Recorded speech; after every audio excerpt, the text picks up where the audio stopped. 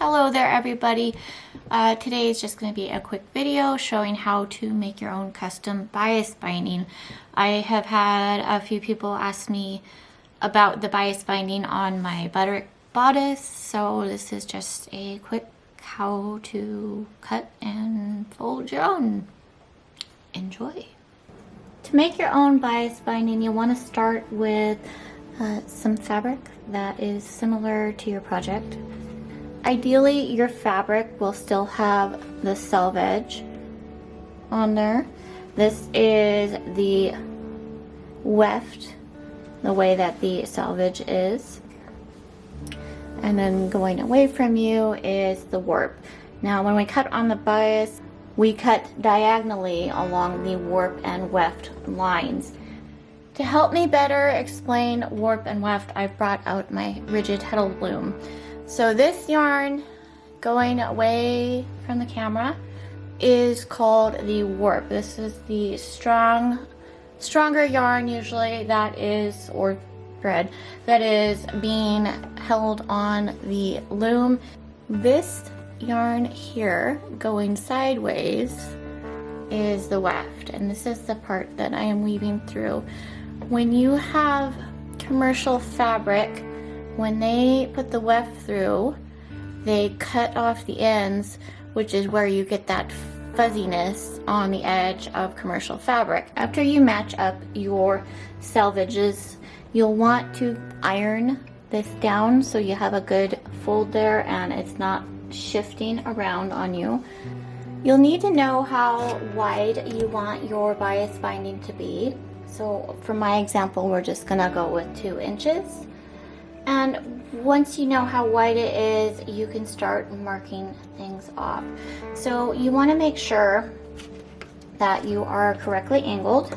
We want this to be a 45-degree angle, which basically means that these little boxes, you can line your ruler up so you are splitting those boxes in half, all in a line, and that will be on the 45. So some people are pretty particular about how long the strips are that they cut. I am not. I kind of like the scrappy look. I like to use multiple different fabrics in the same bias binding. So this ruler is 2 inches wide, so it's pretty convenient. Once it's marked, you can cut it. I'm going to use a heavier acrylic ruler here to cut it.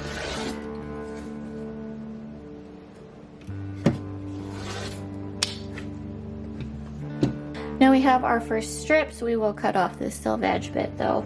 So we're going to cut off this selvage here.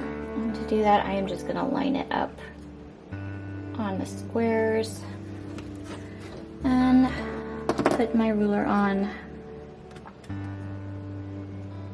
a 45-degree angle line and give it a quick cut.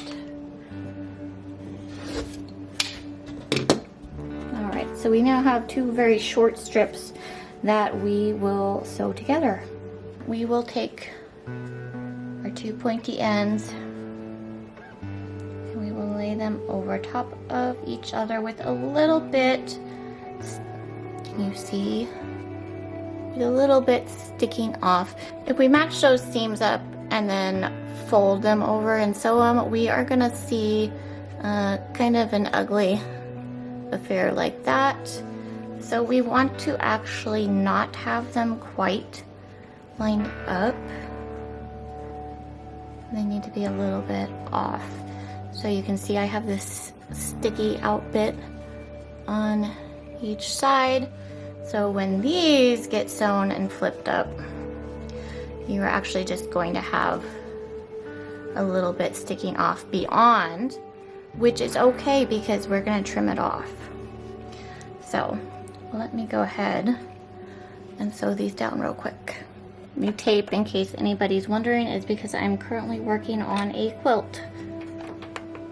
In fact, I have my quilting foot on here. I have my 1/4 inch seam foot on here right now, so we'll just go with a 1/4 inch seam.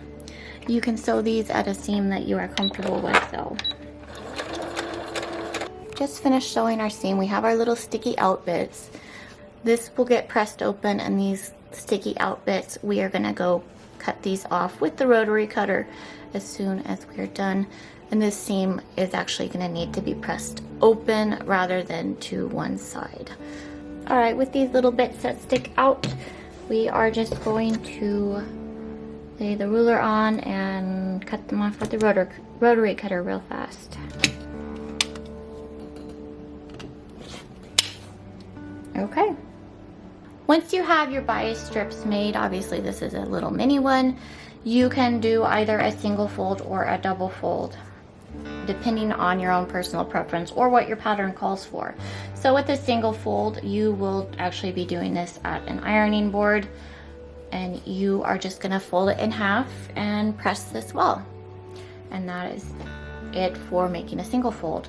Now, if you're making a double fold, you are going to do the same thing, fold it in half and press it. However, after you press it, you're gonna open it back up. You'll have your little seam line here, and you are just going to fold in these edges to that center seam line and press them like that. Then you will fold it over one more time and press that. So you would have all of your little raw edges tucked right up into the center. I hope that was helpful for you, and if you have any other questions, please feel free to ask in the comments. Have a great day.